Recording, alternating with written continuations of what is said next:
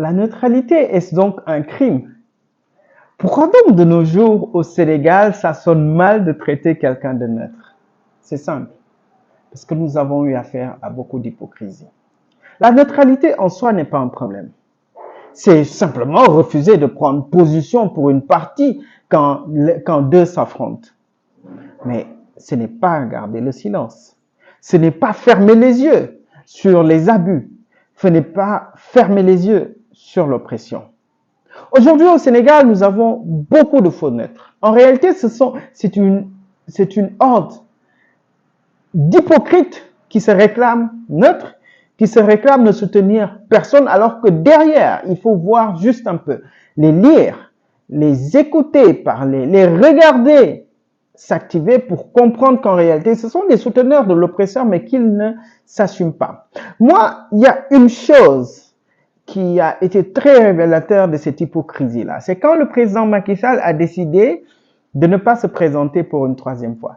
J'ai découvert beaucoup de gens qui en réalité semblaient attendre ce moment-là pour se dévoiler au grand jour, pour dévoiler leur soutien à M. Macky Sall, ce qui n'est pas mauvais en réalité. Chacun a le droit de soutenir qui il veut.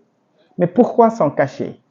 Quand on cache le parti auquel on appartient, je ne dis pas parti politique, quand on cache qui on soutient, c'est parce qu'on est certain quelque part dans sa tête que cette personne-là ou bien ce groupe-là n'est pas celui que je devrais soutenir en toute honnêteté. Aujourd'hui, il y a un groupe d'intellectuels qui aiment écrire, en tout cas qui se positionnent en répondeur automatique, qui aiment à chaque fois qu'on leur met la vérité de l'oppression, la vérité de ces morts, la vérité de ces emprisonnements droit devant les yeux, se rebellent tout de suite, sortent des grands mots, théorisent la neutralité axiologique de Max Weber, commencent tout de suite à sortir les grands mots, parce que justement, on vient de les toucher là où ça fait le plus mal. Et cela doit continuer. Il faut continuer à dire à ces gens, hypocrites qu'ils sont, que leur neutralité est fausse, que nous ne sommes pas contre la neutralité. Chacun a le droit, dans une affaire, de choisir d'être neutre, de rester à équidistance des partis. Mais quand pour vous, la neutralité, c'est mettre dos à dos pouvoir et opposition, pendant que vous savez qu'il y a le pouvoir, qu'il y a la force, ce que vous appelez la force, la violence légitime. Quand vous savez cela et que vous en faites fi, quand vous préférez, vous sortez, dénoncer le saccage de l'université, qui est très dénonçable, il faut le dénoncer parce que ce sont des violences qui n'ont pas lieu d'être dans ce pays-là. Mais en vérité, pourquoi donc fermez-vous les yeux sur tous ces morts, ces jeunes qui sont morts parce qu'ils sont sortis réclamer justice, parce qu'ils sont sortis réclamer une meilleure vie dans leur propre pays?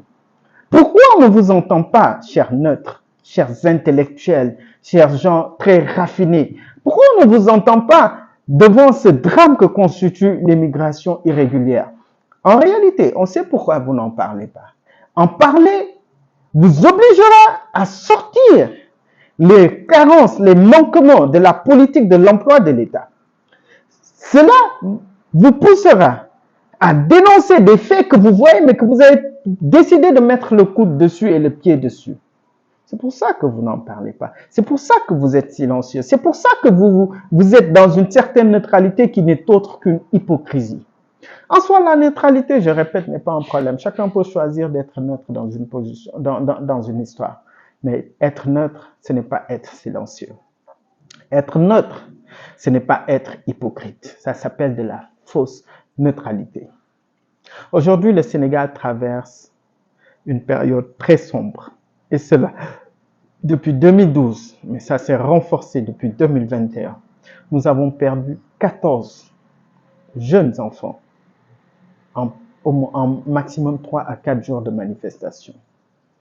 Nous en avons perdu beaucoup d'autres dans d'autres manifestations. Aujourd'hui, la vérité, on ne sait pas. Nous avons un parti qui n'a demandé qu'à faire partie du jeu politique, qui n'a demandé qu'à s'activer pour le changement de paradigme dans ce pays-là, qui est dissous. Cela nous rappelle les heures les plus sombres de notre démocratie. Mais pourquoi vous n'en parlez pas? Pourquoi vous fermez les yeux sur ça? Je ne suis pas contre le fait que vous dénonciez certains propos abusés de Ousmane Sonko, de n'importe quel autre, n'importe quel autre leader politique. Mais ayez l'honnêteté, si vous êtes réellement neutre, de dire la vérité, de dire aux gens qu'il n'est pas normal que manifester rime à devoir mourir, que manifester ou bien dire son avis sur les réseaux sociaux rime à risquer la prison. Vous en menacez même les gens avec cela aujourd'hui. Pourquoi? Si vous êtes réellement neutre, vous avez l'occasion de le prouver. Vous avez l'occasion de dire à ce pouvoir actuel que les jeunes Sénégalais sont en train de mourir dans la Méditerranée. Vous avez l'occasion de dire au pouvoir actuel que ça constitue un danger énorme de laisser M. Ousmane Sonko entre la vie et la mort juste parce qu'il a demandé à pouvoir diriger ce pays-là. Vous avez la possibilité de dire au pouvoir que soutenir une intervention militaire au Niger est inopportun, inintelligent, inélégant et mal inspiré. Mais pourquoi vous ne dites pas tout cela? Pourquoi à chaque fois pour vous, neutre comme vous vous appelez, vous préférez pointer du doigt ce que subit l'oppressé et non ce que fait l'oppresseur? Vous êtes hypocrite, il faut qu'on ose vous le dire. Malheureusement, voilà ce qui est devenu le Sénégal. Et un jour, il faudra finir avec. J'espère que ce sera à partir de 2024 parce que les Sénégalais sont fatigués. La jeunesse sénégalaise est fatiguée et saura en finir avec vous en 2024 pour un nouveau départ.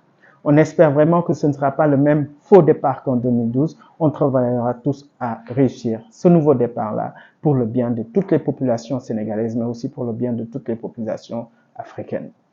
À tous ceux qui me suivent dans cette vidéo, vous verrez que c'est tout nouveau pour moi de faire ce type de contenu.